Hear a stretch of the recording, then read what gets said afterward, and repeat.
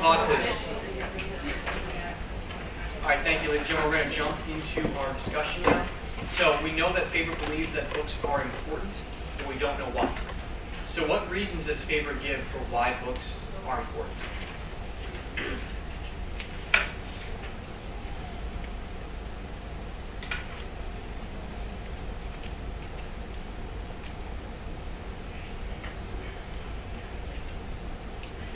I already see people taking a back seat in the discussion. It's frustrating already.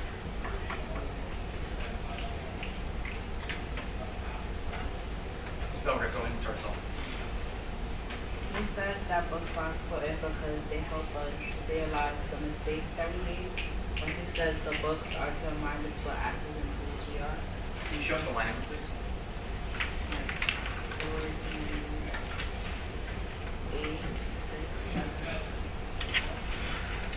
The books are to remind us. Okay, so you're at line 48. Keep going. The books are to remind us what actors and fools we are. All right, fantastic. Let's go ahead and underline that line first, and then Elisa, go ahead and break this one down for us. What does this show us, and how do you know? I think it shows that books are to help to remind us of the mistakes we made in the past. Where do you see mistakes there? Like actors and fools. All right, let's circle those two words. Books are to remind us what asses and fools we are. And so you think, how did you get to the idea that asses and fools are referring to mistakes? Because fools usually make mistakes.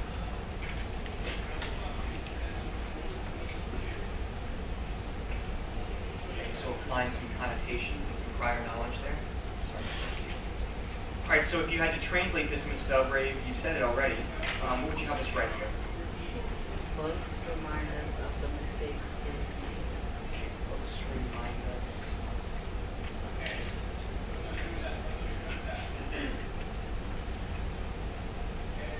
Mistakes we have made. All right, fair enough. Great start. Well done, Ms. Belgrade. So books are important because they remind us of the mistakes we have made. But why is it important, according to Faber? That doesn't really fully answer the question.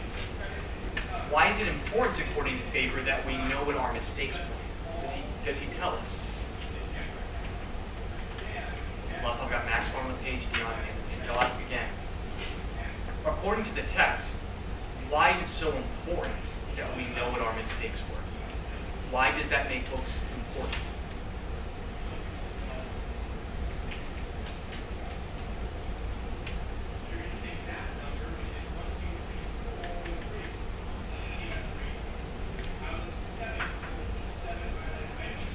It's right there, guys. Let me see a few more hands. There we go. I got more. About half the room. Why is it important that books show us our mistakes? Miss Wilson in the back, go ahead. Give us your best shot. Is it because the books tell us the truth? Is that the reason? Don't ask me, tell me. Because the books tell us the truth. In line 29 it says, the magic is only what book says, how they stitch the patches of the universe together into one magic for us. Of course you don't. I'm sorry, please. We're actually honestly having trouble hearing you up here. Can you just say it a little bit louder? You're at line 29, which we got that. Can you say it again? The magic is only what book says, how they stitch the patches of the universe together into one garment for us. And Okay. of course, the rest. What about this? It shows that the books has a quality in it that's telling us the truth and how it's supposed to be handled. I think this line is really relevant, but I want to bring it up later. Okay, I want to focus on that question I just asked. So thank you, Ms. Wilson, for the effort. But that doesn't quite answer the question. You guys are, I think you're onto something when you say that Faber thinks books are important because they show us our mistakes. Great. But that doesn't really tell us why is that so important that books tell us our mistakes. He gives us an answer. What is it? Don't look at me. Look at the text. Ms. Charles, go ahead. Because it talks about mistakes, we know not to do it again. Victoria God, this is that. Level 3, please. This is that.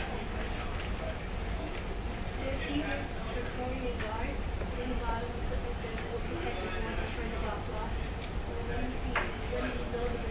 When we read the mistakes, we will warn not to do them.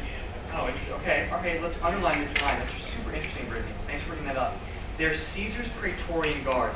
Now, just in case we're not all on the same page here, let's break this line down a little bit. So circle there first. Who or what is there referring to? They are Caesar's Praetorian Guard. What's the they or there referring to? Let's do a cold call here. Talik, go ahead. I think the there is books. All right, so books. So books are Caesar's Praetorian Guard. Now wait a second. I got a book. Can you give me yours? I got a book right here. Guess what? This book is not a member of Caesar's Guard. So he's speaking figuratively. He's not being literal. In which case, what kind of figurative language is he using here? They are Caesar's Praetorian Guard.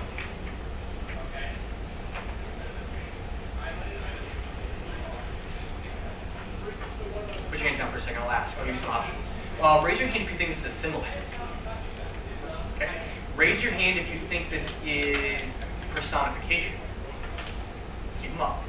1, 2, 3, 4, 5, 6. Raise your hand if you think it is hyperbole. And raise your hand if you think it's a metaphor. Alright, metaphors have the most people, but it's pretty close to personification. Let's go back to personification for a minute. Who said personification? Monet, go ahead.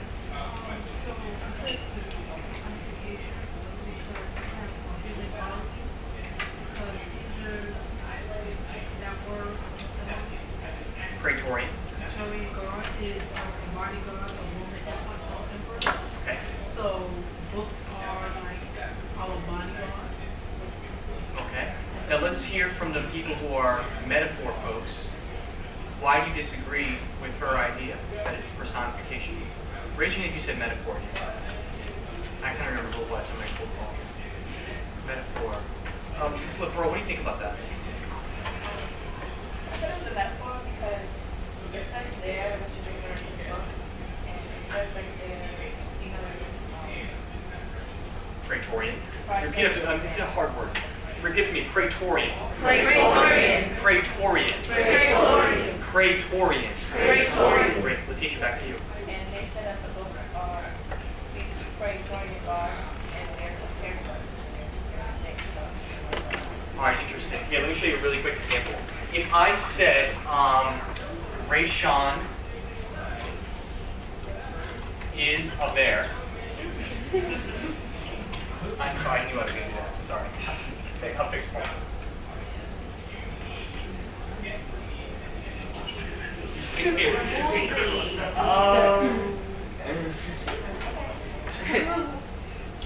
Okay.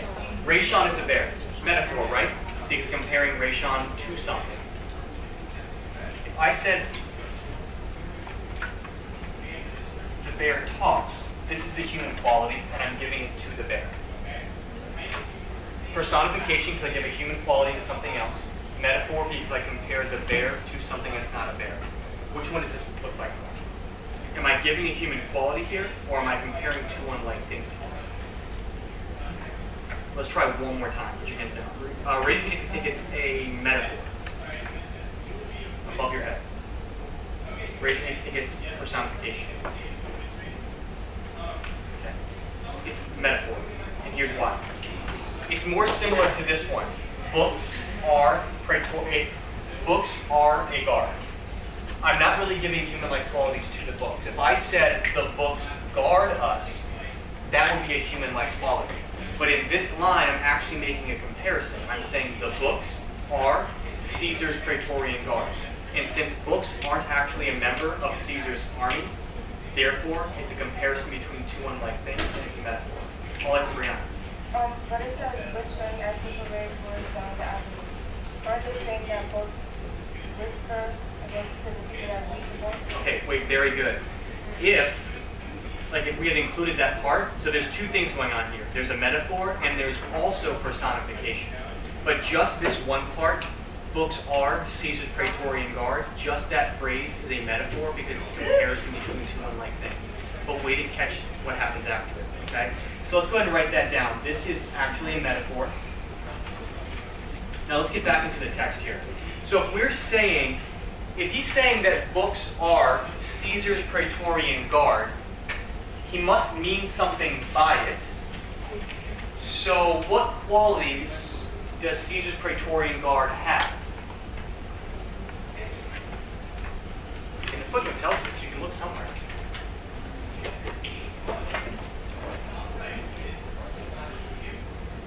Let's go with Justice for a second. Justice, if we're trying to figure out what point he's making here, what qualities does the guard have?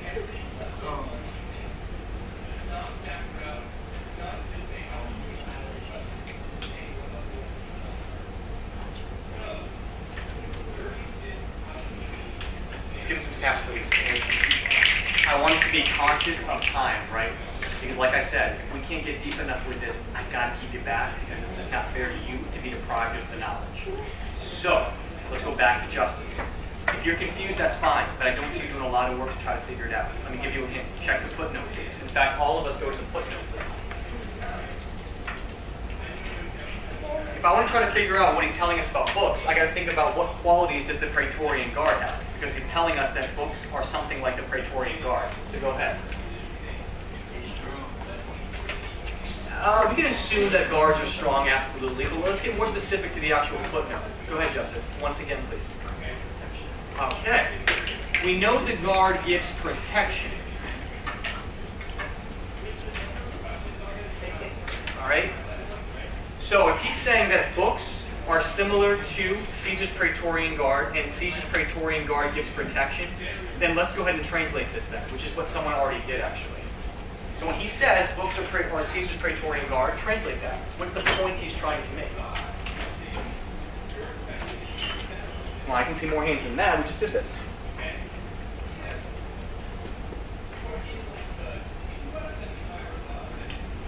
Miss Lewis, what do you think?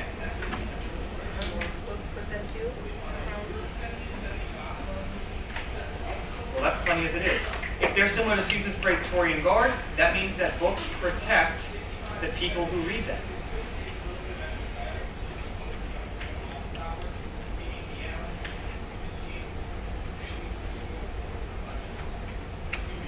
And wait a second. Connect this back to the previous idea.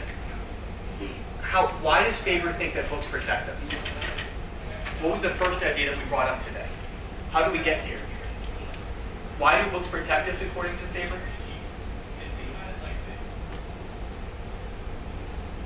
Jasmine, do you remember this?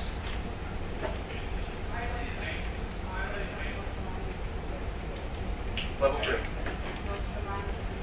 Perfect. All right, so we got a little chain of logic here going on, guys. We started with books remind us of the mistakes we make, and then, therefore, books protect the people who read them. Now, here's the thing. I hate remembering my mistakes. Can't stand it. So, how do books reminding us of our mistakes, how does that serve to protect us? The answer's in the text. Don't look at me. Don't you dare look at me.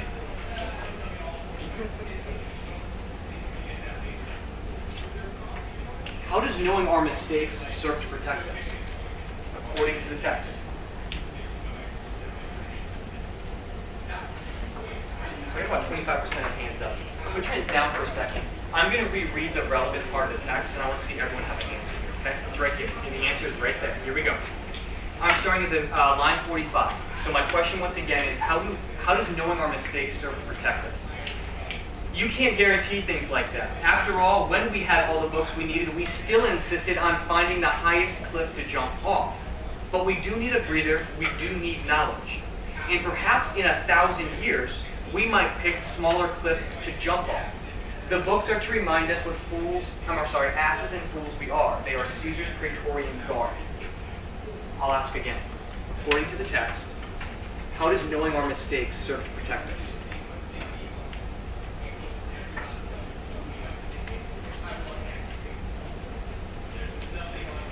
Yeah, turn to your partner real quick. Tell them what you think. Go.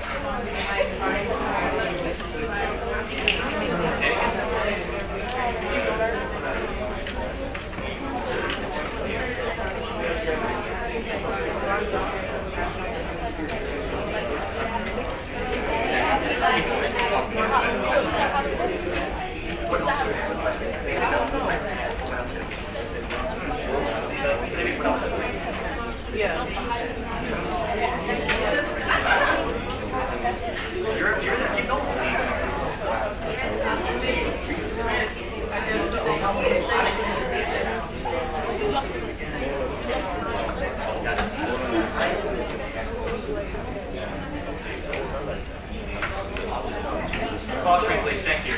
3, 2, 1. All right, we've all had a chance to talk about it. I've reread the text again. Let's do a poll call. So, according to Faber, how does knowing our mistakes serve to protect us? Someone just pull it. Yes, Najai. Najai, go ahead.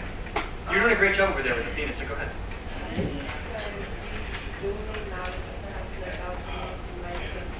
What line are you on right now? Say it again. 7. Okay, go to line, I think it's 46. Go to line 46. Level, I'm sorry, I'm getting some of these. Level 3. We do need knowledge, and perhaps in 1,000 years we might take smaller cliffs to jump over. So I think the cliffs represent struggle for you, or the risk that you're taking. So what? Keep going.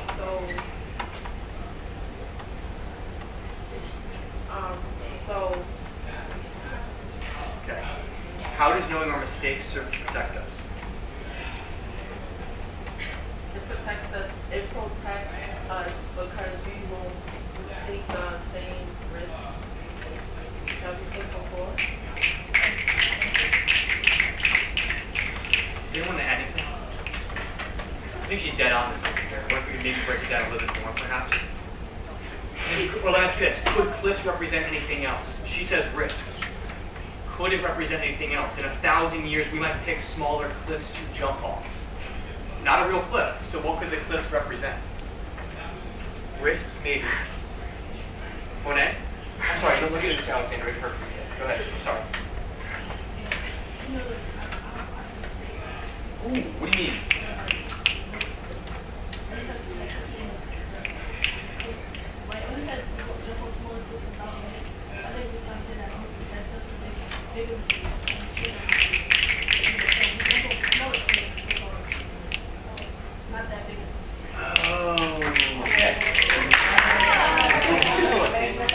Okay, so when he says we might pick smaller cliffs to jump off, how then would you translate that, Mr. Alexander?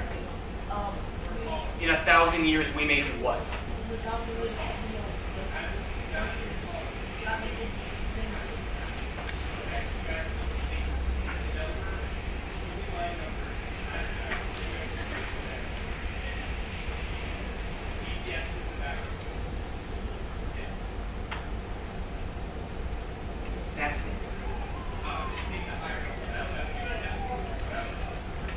Okay, so wait a second. We've got a train of logic here.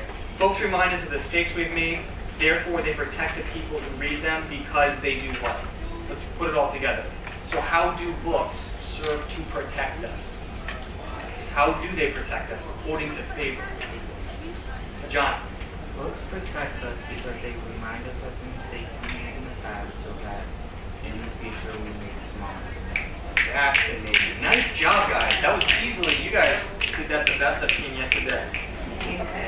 All right, guess what? Now listen, that is kind of, that's, of all the reasons in the book, in this text, that's the easiest one. It's still hard, but that's the easiest one. I want to push you guys a little bit. Alright, so we know they protect us, right? That's what his argument is. Does he say that books do anything else for us? Let's open up the conversation. And it's going to get harder here, so just get ready to struggle a little bit. Does he say that books do anything else for us aside from protecting us? You know what, by the way, I made you marry everybody. I'm proud of you. That was tough. Nice work.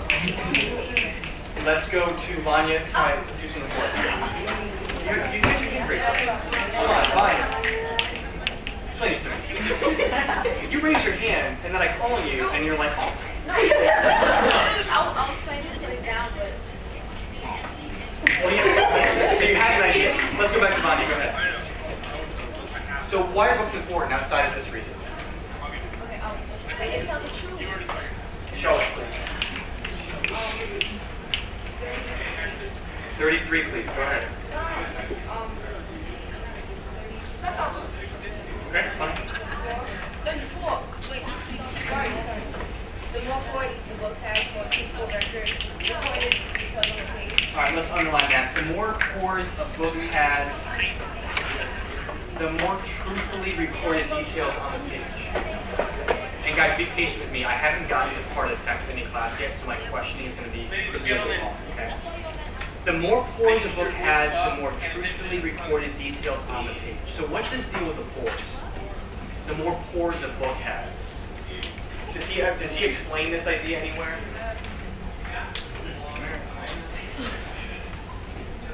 Morris, go ahead.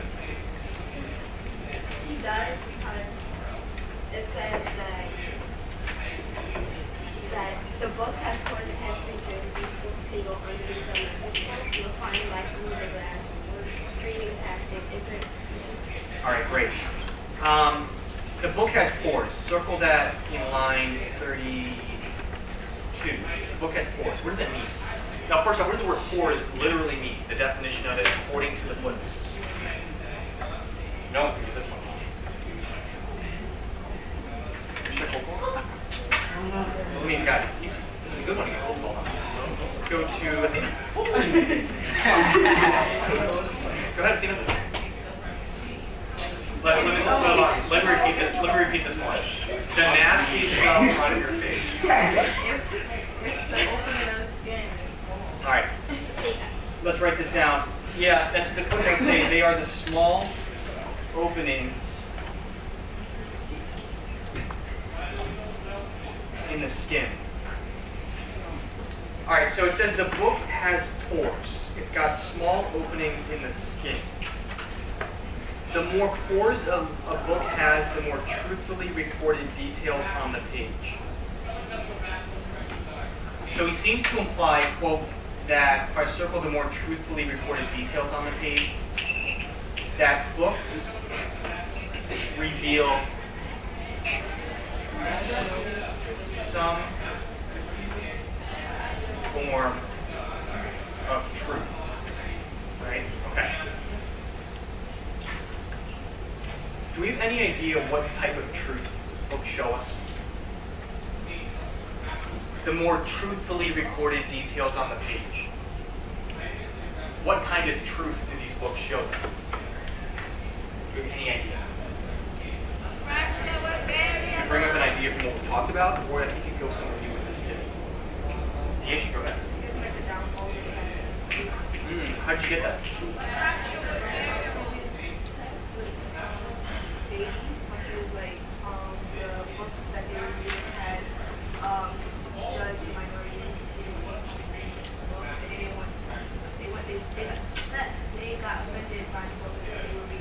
Oh, interesting. So maybe this connects back to what he said about, like the truth about minorities.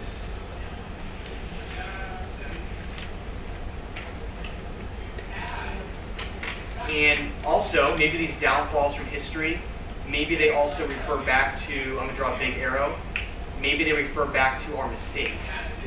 Maybe that's the truth that books can contain.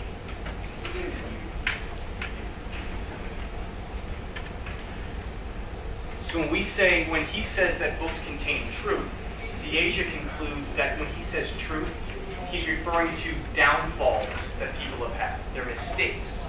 Okay. Anything else you want to talk about really quickly? I do want to compare favor and Beatty a little bit, but is there anything else that someone's kind of burning to say that we haven't touched on? And I'm sorry, I'm looking through what I haven't heard from. You have not shared an idea, correct? Go ahead. Books are important because they give messages. Go ahead and share it. It said most of us can't rush around talking to no overseas because we haven't been to it before now.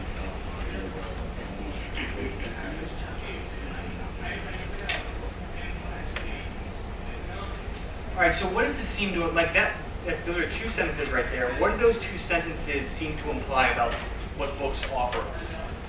Most of us can't rush around talking to everyone, know all the cities of the world. We haven't the time, the money, or friends. So at a basic level, what is he suggesting that books do for us?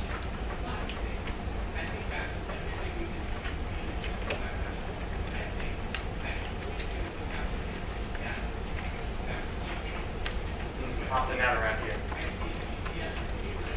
What is he suggesting? Look at the lines again. Read the lines. What's he suggesting books can do for us? Ms. Lockhart, go ahead.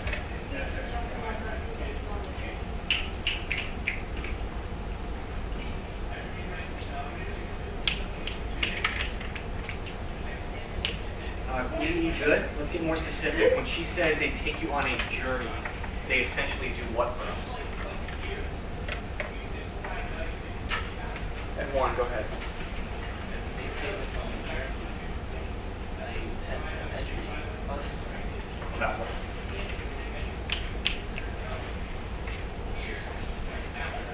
About what? What kind of, okay, educate us about, I want to be more specific there. About what society? Whose society? Yeah. Look at the sentence again. Read that sentence again, please. Go. Do it. Most of us? Yep. Most of us can't rush around talking to everyone. Know all other cities of the world. We haven't found money for that many friends. Okay, stop right there. So what is it suggesting books enable us to do or allow us to do? I'm going to go away from Ed1 here, go to someone new. Let's go to Andre.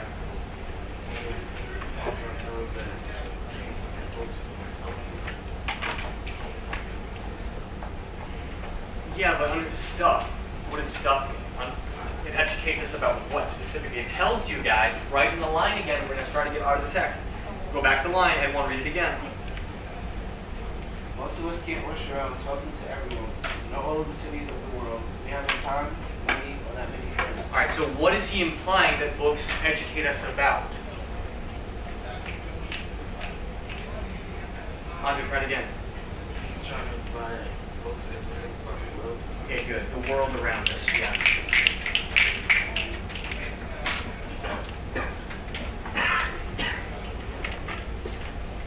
Okay, now I've got this question I haven't asked in my classes yet. I want to see how you guys do with it.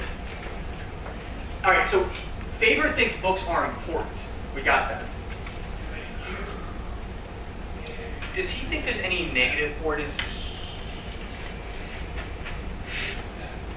he mention in any way that books could potentially be harmful?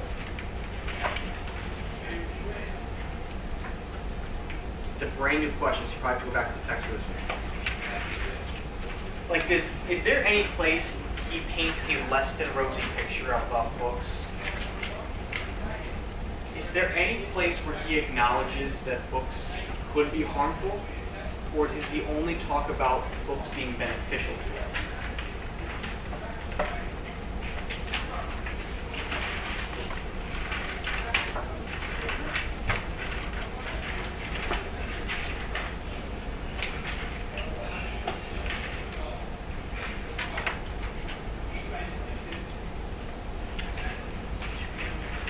Mark, go ahead. I think he's talking about how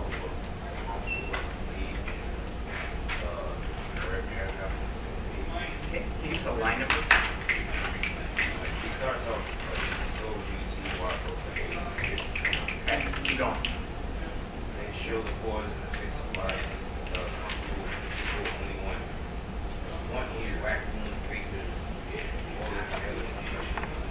Fantastic. All right, can you snap if you also focused on the line?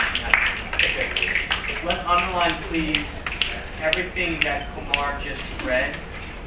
But we're going to break it down a little bit. So he does seem to acknowledge that books, it makes sense that people fear them. They show the pores in the face of light. Now here we see this word pores again. We know they're the small openings in the skin. So number one, the face of light. Light doesn't have a face, so what's he using here? The face of light. Light doesn't have a face, so what is he using here? Call it out 100%. I mean, looking at your mouse. Call it out on the count of 3, please. 3, 2, 1. Personification.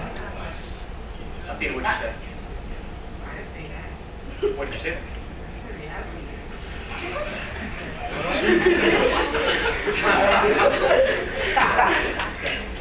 Let me try this again. The face of light is an example of figurative language. So let's try this again, okay? Call out what you think, what type of figurative language is. Now remember, reality is not a figurative language. I'm talking about metaphor, simile, personification, hyperbole. Okay, here we go. I count of 3. 3, 2, 1. I heard overwhelmingly personification. What'd you say? What did you say? What did you say? Everyone. Oh, personification. What did you say? What did you say? What did you say? Yes. Oh, as in Lisa's. Why personification? Because it's giving life the human quality of the face. Say again. It's giving life a face, which is a human quality. God, Merritt, what a great explanation. That's absolutely right. That's definitely personification. So wait a second. Life doesn't have a face. Let's assume he's talking about life here. Books show the pores in life. Pores we know to be small microscopic openings in the skin. But since life doesn't have a face, life doesn't have skin, he's not really talking about pores. So pores must represent something else. So think about what quality pores have. And what could he be referring to here? Books show the pores in the face of life. What do they show us about life?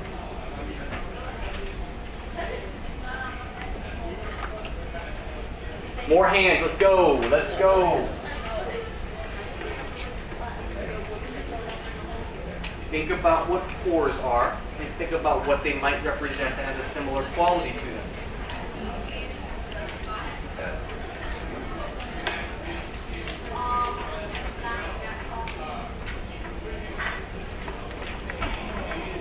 Andre King.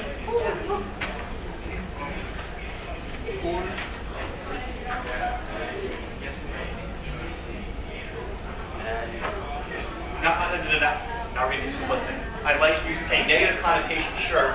They show the pores in the face of life. Let's get more specific. What connotations might pores have?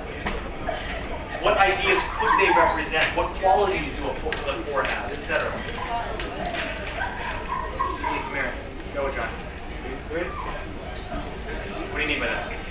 Because if they're small and not microscopic, they're hidden and usually seen.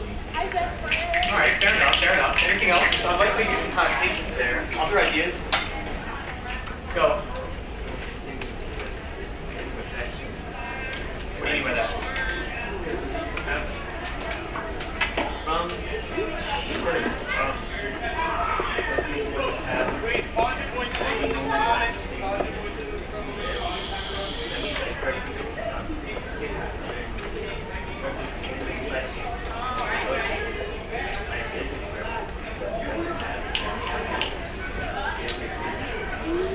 So how do we translate this then? They show the pores in the face of life, then what do books do? If we think that pores represent imperfections, etc., then translate this for us.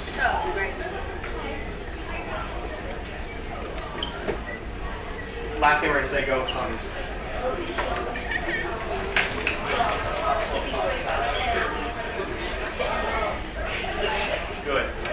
And that, for this, it sounds like it's a good and a bad thing.